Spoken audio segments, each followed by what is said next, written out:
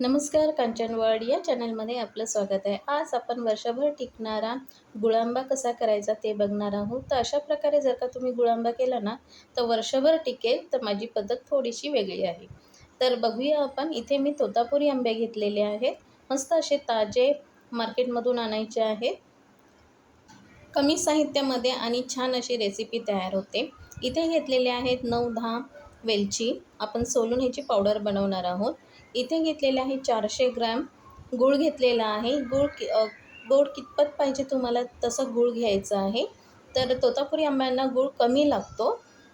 जर का तुम्ही आंबट आंबे घेतले म्हणजे गावठी आंबे घेतले तर त्याला गूळ जास्त लागेल. तर तोतापुरी आंबे जे आहेत ते पहिला स्वच्छ धुवायचे आहेत आणि त्याच्यावरचं आपण साल काढून घेणार आहोत. तर सालटण्याने सगळे आंब्यांची सालं काढायची आहेत. सालं ठेवायची नाहीत, नाहीतर थोडंसं मग कडसरपणा येऊ शकतो.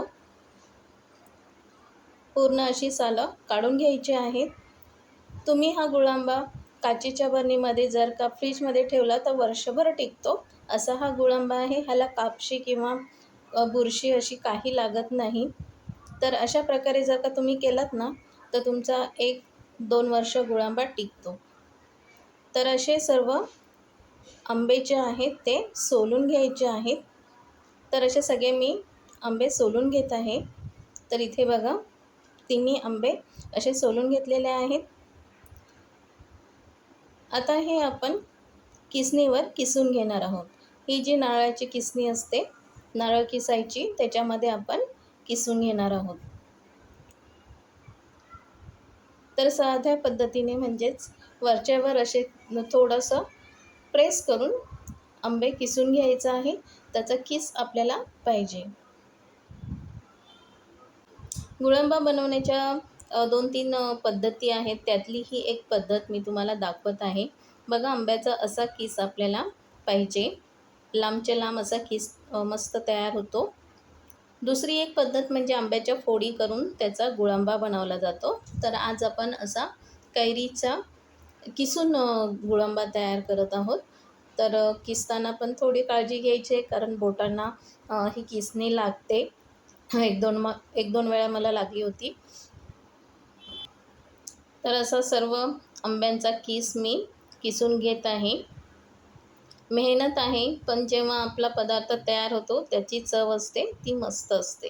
तर इथे बघा, छान असा किस, लांबट असा किस तयार झालेला आहे. तर आता मी सगळ्या कैरींचा आंब्यांचा किस करून घेतलेला आहे. बघा, एवढा झालेला आहे आणि ह्याच्यामध्ये पाणीही सुटत नाही. मस्त तोतापुरी आंब्यांचा छान किस तयार होतो. आता एका पातेल्यामध्ये मी थोडंसं अर्धा चमचा तूप घेतलेला आहे आणि मग नंतर त्याच्यावर गूळ घातलेला आहे. गूळ आपल्याला फक्त गुळाचं पाणी करून घ्यायचं आहे. त्याचा पाक वगैरे तयार करायचा नाही आहे. थोडंसं आपण ह्याला हलवून घेणार आहोत, म्हणजे गुळाचं पाणी सुटायला मदत होईल. जर का तुपामध्ये तुम्ही गूळ असं हे मिक्स केलं ना, तर ह्याच्यामध्ये बुरशी वगैरे लागत नाही. पाण्याचा जो अंश असतो तो संपून जातो. तर असं थोडंसं तूप टाकून गूळ असं वितळून घ्यायचं आहे, पातळ करायचं आहे. आधी जर का आपण आंब्याचा किस टाकला ना, तर त्याला पाणी सुटते. तुम्ही बघितलं असेल, ती दुसरी पद्धत आहे. त्याचं पाणी सुटलं का त्या गुळांब्याला बुरशी लागते. म्हणून या पद्धतीने मी करत आहे. तर पहिल्यांदा गूळ मी पातळ करून घेतला आहे आणि त्याच्यामध्ये मी आंब्याचा किस घातलेला आहे. म्हणजे ह्याच्यामध्ये पाणी जे आहे कमी सुटते आणि हा गुळांबा छान टिकतो. तुम्ही 1-2 वर्ष हा जसा का तसाच गुळांबा राहतो, म्हणजे खराब होत नाही. कारण ह्या आंब्याला किस जो आहे त्याला पाणी सुटत नाही, कारण आपण आधी गूळ घातलेला आहे. तर असं 10 मिनटं आपण शिजवून घ्यायचं आहे. ह्याच्यामध्ये मी वेलची पावडर घातलेली आहे. दुसरी एक पद्धतीमध्ये तुम्ही जेवढं गूळ घेतलं आहे तेवढंच तुम्ही साखर घेऊन सुद्धा असा गुळांबा बनवू शकता. तोही छान होतो. तर मी फक्त गूळ घेतलेला आहे. आता आता हा गुळांबा तयार होताना आपण 10 मिनटं झाकण ठेवणार आहोत आणि मस्त शिजवून घेणार आहोत. गूळ आणि अ, जो किस आहे तो एकजीव झाला पाहिजे, म्हणजे छान चव येते. तर असं 5-5 मिनिटांनी थोडं हलवून घ्यायचं आहे. खाली लागता कामा नये. असं जाडसर घट्ट झाला पाहिजे, म्हणजे छान असा मिक्स होतो. तर 5-5 मिनिटांनी असं उघडून टोटल 15 ते 20 मिनिटं छान असं करून घ्यायचं आहे. 2 मी लवंगा घातलेल्या आहेत.